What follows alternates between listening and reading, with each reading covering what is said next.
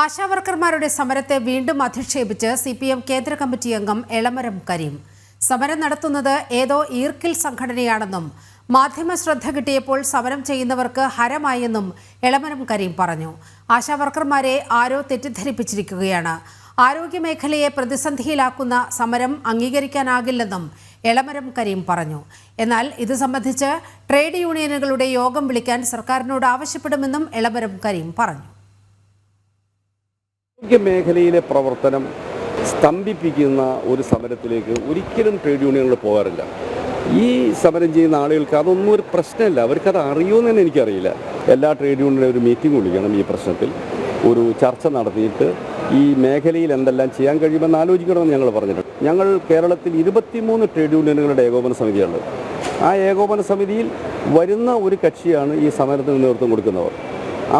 ഞങ്ങൾ ഒരാളോട് പോലും ഈ കാര്യം സംസാരിച്ചില്ല. ഒറ്റയ്ക്ക് എന്ത് നേടാനാണ് ഇവിടെ?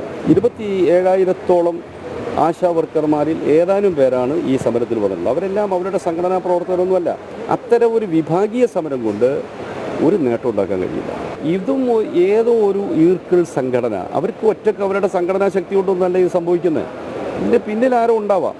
പിന്നെ നല്ല മീഡിയ അറ്റൻഷൻ കിട്ടിയപ്പോൾ അവർക്കൊരു ഹരമായി.